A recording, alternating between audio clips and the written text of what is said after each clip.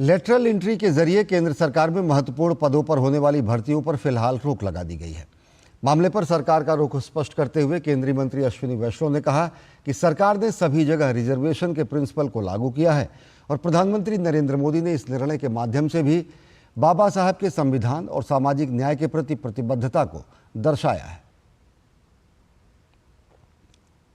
Lateral entry के जरिए केंद्र सरकार में महत्वपूर्ण पदों पर होने वाली भर्तियों पर फिलहाल रोक लगा दी गई है। प्रधानमंत्री नरेंद्र मोदी ने खुद मामले में दखल दिया है और उनके ही निर्देश पर कार्मिक विभाग ने यूपीएससी को पत्र लिखकर लेटरल एंट्री से संबंधित नवीनतम विज्ञापन रद्द करने को कहा है, ताकि कमजोर वर्गों को उनका उचित प्रतिनिधित्व मिल सके। केंद्रीय मंत्री अश्विनी वैष्णव ने कहा है कि प्रधानमंत्री मोदी ने इस निर्णय के माध्यम से बाबा साहब के संविधान और सामाजिक न्याय के प्रति प्रतिबद्धता को दर्शाया है।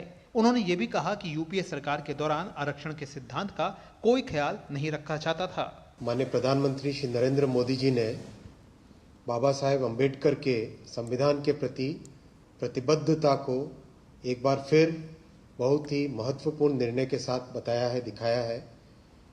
यूपीएससी में लेटरल एंट्री एक बहुत ही ट्रांसपेरेंट मेथड जो लिया था, उसमें रिजर्वेशन के प्रिंसिपल्स लगे, ऐसा निर्णय लिया है।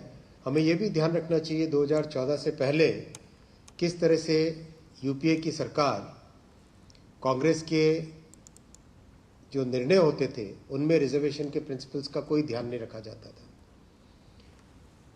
किस तरह से फाइनेंस सेक्रेटरीज लेटरल एंट्री से लिए गए, क्या तब रिजर्वेशन के प्रिंसिपल का ध्यान में रखा गया था? केंद्रीय मंत्री अर्जुन राम मेघवाल ने कांग्रेस पर निशाना साधते हुए कहा है कि लेटरल एंट्री कांग्रेस के समय से शुरू हुई थी, जबकि सरकार के इस निर्णय ने बता दिया है कि प्रधानमंत्री मोदी एससी, एसटी, ओबीसी और गरीबों के साथ खड़े हैं। यद्यपि ये बात सही है कि लेटरल एंट्री कांग्रेस के जमाने से शुरू हुई और वो अव्यवस्थित एक व्यवस्था थी, जिसको मर्जी आए उसको बना देते थे, जिसमें बहुत से ऐसे उदाहरण हैं, डॉक्टर मनमोहन सिंह जी से लेकर के ऐसे बहुत से उदाहरण दिए जा सकते हैं।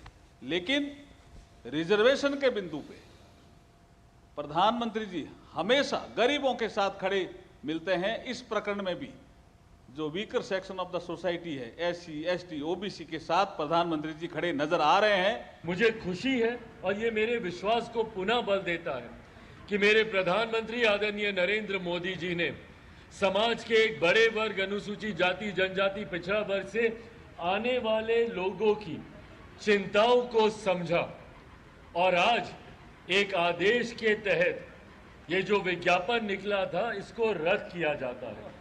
मैं, मेरी पार्टी लोक जनशक्ति पार्टी रामविलास, मेरे प्रधानमंत्री आदरणीय नरेंद्र मोदी जी का धन्यवाद देती हूँ। बीजेपी ने लेटरल एंट्री के संदर्भ में आरक्षण को लेकर राहुल गांधी के बयान पर भी सवाल उठाए। भाजपा प्रवक्ता सुधांशु त्रिवेदी ने एससी, एसटी और ओबीसी आरक्षण के मुद्दे को लेकर कांग्रेस के रवैये पर भी राहुल गांधी को जमकर घेरा।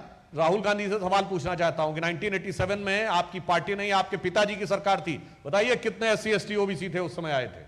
क्यों आरक्षण नहीं दिया था आपने ओबीसी को? नौकरशाही में लेटरल एंट्री नई बात नहीं है। लेटरल एंट्री एक सीधी भर्ती की प्रक्रिया है, जिसके माध्यम से विभिन्न क्षेत्रों के विशेषज्ञों की केंद्र सरकार के मंत्रालयों एवं विभागों में कुछ निश्चित समय के लिए नियुक्ति की जाती है। ये भर्तियां सामान्यतः संयुक्त सचिव, निदेशक और उप सचिव के पदों पर की जाती है। केंद्र सरकार ने लेटरल एंट्री के माध्यम से 45 विशेषज्ञों की विभिन्न केंद्रीय मंत्रालयों में संयुक्त सचिव, निदेशक और उप सचिव जैसे प्रमुख पदों पर नियुक्ति करने की घोषणा की थी, लेकिन फिलहाल इस पर रोक लगा दी गई है। Bureau report, DD news.